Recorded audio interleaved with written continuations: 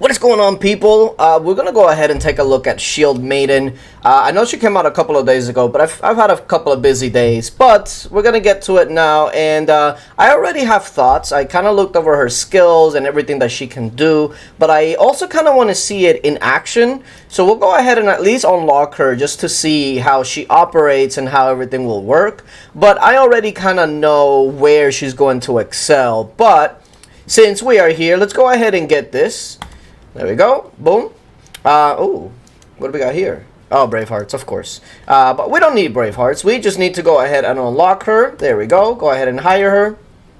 Nice. Marcia. We kind of already knew that she was coming because if you guys remember reading Sand Sage, you kind of you knew that she was coming.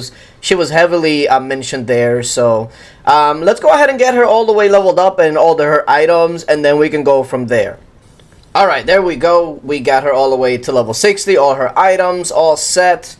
And now let's go ahead and take a look at her because it's very interesting, at least I think, right? So her battle skills are all passive. We've been seeing a lot of passive heroes lately, which is interesting. But you know, you can get infantry attack 10%, infantry defense, which is, it would have been better if it was infantry HP, but defense is kind of meh. Familiar training level, it's okay, but really, the only thing that's really notable here is the infantry attack, which is 10%. And here's where I really think they've been kind of dropping the ball here, right? Like, a while ago, a hero like this would have been really good. It's like, wow, 10% extra attack.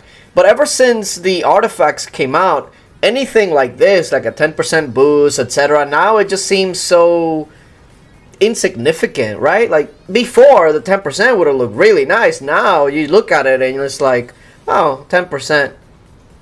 I mean, there's like 20 artifacts that'll probably give you the same. So it's like, it's okay. And then everything else, it's kind of not the greatest. So her battle skills are kind of not that impressive.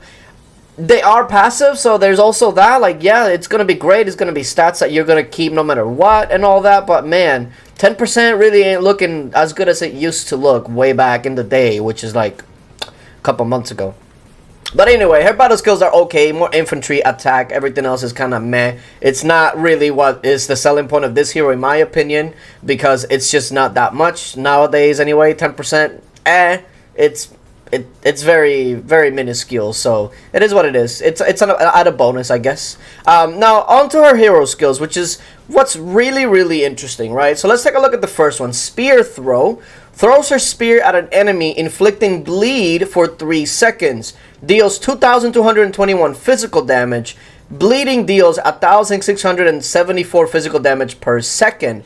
So it's actually pretty interesting because this means that this skill is going to be doing over 8,000, pretty much about 8,000. And that's pretty damn good considering how the damage actually goes up, etc. So 8,000, give or take, it's not too bad for a first one, especially since she's throwing it. So I'm guessing it's going to be like a ranged attack where she doesn't need to be right next to the hero. So that's a good thing. The next one is Spear Assault. Thrusts her spear at enemies, dealing mid-range damage to all enemies in a cone 5 times. Now, this kind of reminds me of Seiya and his ultimate, where he just punches a bunch of times and it deals a bunch of like smaller damage. This is kind of what I feel this is going to be like. So it hits 5 times, deals 609 physical damage, which again, it's not gonna be a lot, but we'll see what the damage actually looks like on this. But this one I probably feel is going to be her worst ability out of all of them. But, you know, it is what it is. Now, this is the interesting one. Quick Attack. The Shield Maiden moves at lightning speed, appearing behind her target and striking them with force. Now, it only deals about 2,600 damage, but it's still pretty good. Now, what's interesting here is that generally speaking, this ability here is usually like a passive, right? So if I take a look at here, right? Bloodlust is a passive. You got Prince of Persia, you got a passive. So all of these skills, generally speaking, are usually passive abilities. But in this case, it's actually an active ability, which makes her very, very unique.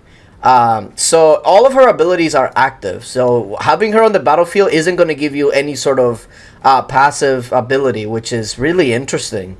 And then the last one, the ultimate, is Earthshaker.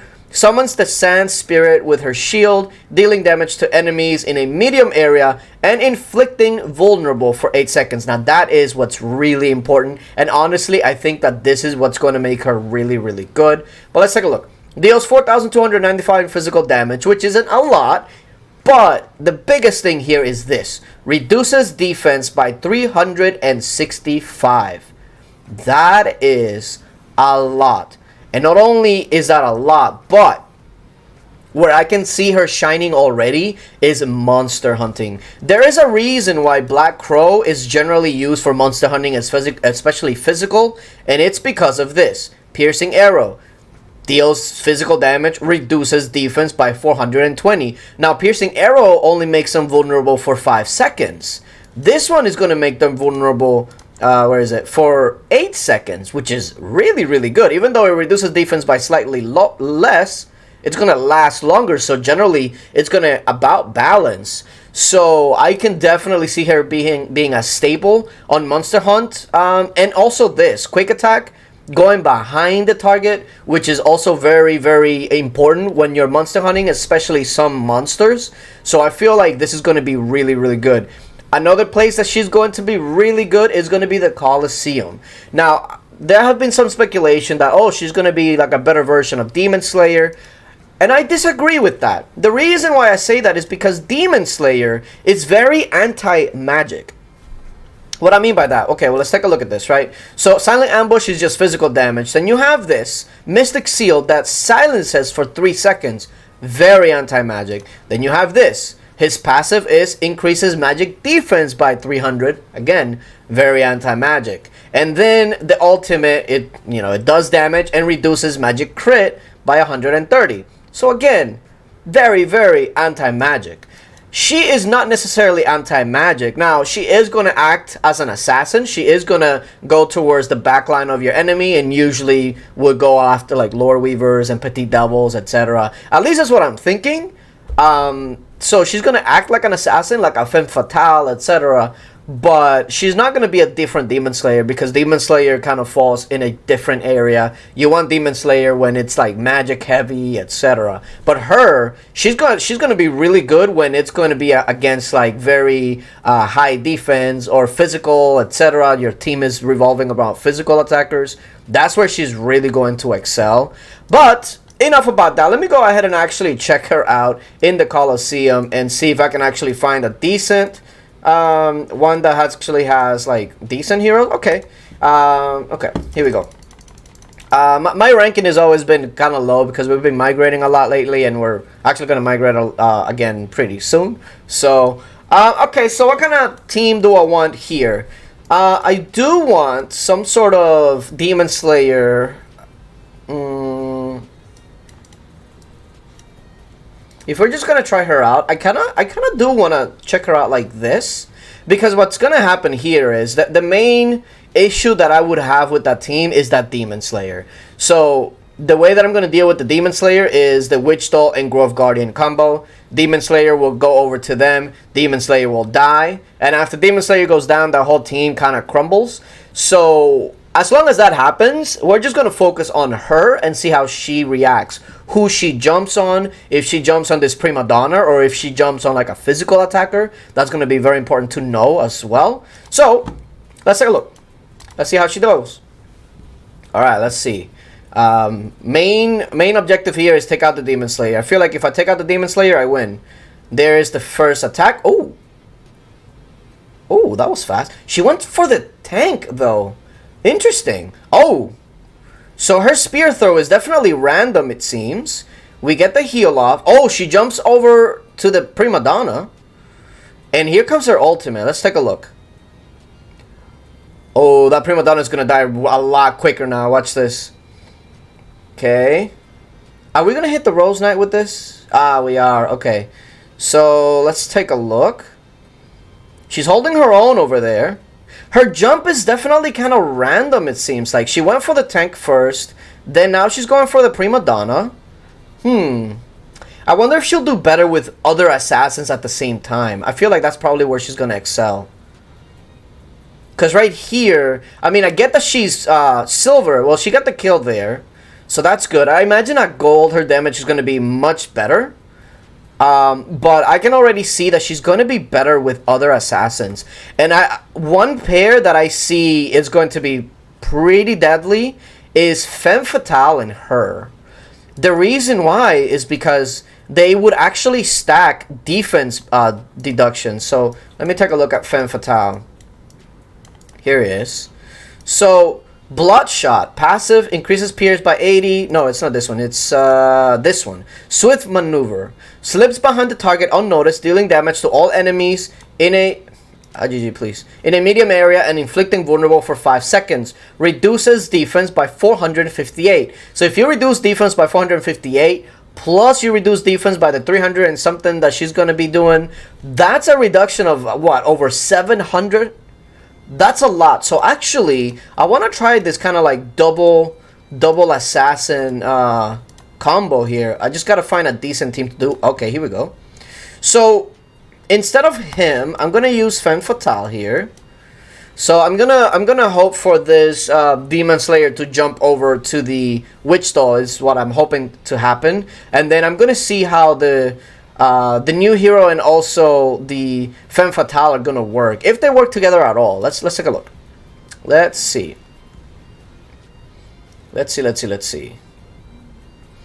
All right, she's gonna spear throw the tank. Oh no, she went for the incinerator. So I guess the spear throw is always random. And they took her out right away. Oh my god, this is going to be a deadly combo. I honestly feel like these two are going to be a deadly combo. She's going to use her ultimate right now, which is going to lower defense. Femme Fatale is going to go ahead and attack right here. And it's probably going to be a lot of damage here. Oh, there goes the Prima Donna. Yeah, there goes the spear throw. Yeah, I honestly think that her and Femme Fatale are going to be vicious. That defense reduction is going to be insane. So I also like her little like jump. It's actually pretty interesting. Let's do one more. Yeah, sure. Let's see. I'm gonna flip the screen this time. That way we can focus on them instead of our line. All right, let's take a look and see where she jumps. There's the spear throw. She jumps right behind the tank. Okay. There goes the spear, I don't know, the spear javelin or what, I don't know what it was called.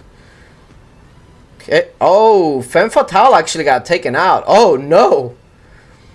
Oh no. Alright, let's see. We got a heal here. She's out here trying to do her best against Prima Donna, but she's having a rough time. Let's see if she can actually take out the Prima Donna. Again, she is silver grade, so her damage is absolutely nowhere near what it should be. But here comes her ultimate. That's defense reduction. And now with this she should probably be enough to take her out, right? Yes. Okay. So I can only imagine her at gold grade and her damage. Her damage is probably going to be like 40% higher, somewhere along those lines. Probably more. So yeah, she's gonna be a demon. She's gonna be a demon. There we go, and that's all she wrote. Yeah, this one was a little closer, but we pulled it through, and there's the little spear. What is it called? I know spear throw. What's the one where she starts the javelin flail or whatever it's called? What is it called? The spear assault. Yeah, that's actually pretty decent, and it does remind me a lot about Saint Seiya. Okay, enough about that. Let's go ahead and actually hunt a monster that's, is he weak to, high physical defense? That's not what we want. What about you? High magic defense. Okay, so Voodoo Doll is the one that we want. Let's find ourselves a Voodoo Doll. Probably a level 2 is what we want to find. Alright, we found the Voodoo Doll, and I'm going to go ahead and check out what the usual team for Voodoo Doll is. This is an interesting team. Let me see what it does. Probably like 33%, 30-something percent. 35%. Okay. I kind of want to take out Ethereal for her and see how much it may go up. Now, also keep in mind that the second hit will also do more damage generally. So there's that. And also, she is silver grade. So Also keep that in mind. But let's take a look. Let's take a look and see what this does. 37. So it didn't really do that much more. Let's see. I'll have to find another one just to test her out as a first hit and see how that goes. Okay, we found another one. Let's take a look and see what she would do as a first one. Now, the other one did 35%. Let's see if there's any big difference here. 32% actually went down. Interesting. I wanna actually take a look at the battle. But I know that there's definitely going to be heroes where she is going to be used just because of her defense reduction. She's going to be crucial, especially those that you want to actually turn around. So we're going to have to test a couple. Maybe Voodoo is not one that she's really going to be excelling in. And also, it doesn't seem like she has any life leech, which is might actually be another bad thing, because if she doesn't have any life leech, and that's the issue. She actually did not have any life leech. You know what that makes me think? Because she doesn't have any life leech, now that we're looking at it, let me double check. Yeah, no life leech. That means she has no healing when hunting. I think another one that it's gonna probably probably gonna be very good is gonna be Cursed Hunter for her. So let me see if I can find another level 2 and use Cursed Hunter to keep her alive and see just how much of a difference that's going to do. Okay, we found another one. Let's take a look. So what I'm gonna do here is I'm actually gonna take out Boommeister and I'm gonna put in Cursed Hunter and see how this goes, because Curse Hunter is going to be able to help her stay alive. And so let's see, does it go up from 32 to again 35, 36? Let's see, 34. So still not really what I was looking for, but again, we're gonna have to test her out more. And also, I guess also keep in mind that she is silver being compared to other gold heroes, so there is that. But one thing that I actually want to take a look at is, did she survive this go around? Did Curse Hunter help her actually stay alive? Let's see. There goes her ultimate, lowering the defense. Okay. She's probably going to be the only one that takes damage, just because she's probably the only one with no life leech, which I think it's a big thing for her. I honestly feel like she should have had life leech in order for her to be a really good hunter. I don't think there's any reason why she would not have any sort of life leech. I honestly don't. But Curse Hunter heals her right there, which is essentially what we wanted. And yeah, so if she was gold grade, her damage would for sure be a lot higher, and her survivability would also be a lot higher. So this time around, she does survive. Okay, so Curse Hunter I think is going to be very important to use with her, because if not, she's probably going to go down. So interesting. A few things to keep in mind out of this, but yeah, I do like that what they're doing is that they're actually going to be using the 5, 20, etc. slow rolling method for her. I don't see why the last hero was almost 6k for what? It's like, you have a free-to-play hero that does the same thing, and now you come up with another one and it's 6k? I don't know. To me, if you release a hero like this, where a bunch of people can buy a $5 pack when it's out, compared to what they did when the last hero, that only a couple of people are going to get it, what do you think is going to make you more money in the long run? I mean, I'm no mathematician, but I'm just saying. But anyway, appreciate you guys for coming through. Let me know what you guys think so far of the hero, where she's going to be useful. There's definitely a couple of flaws with her, but I think it's a decent addition. It's nothing groundbreaking or anything like that, but it's a nice addition to shake things up a little bit. But yeah, like I said, appreciate you guys for coming through, and until later, bye.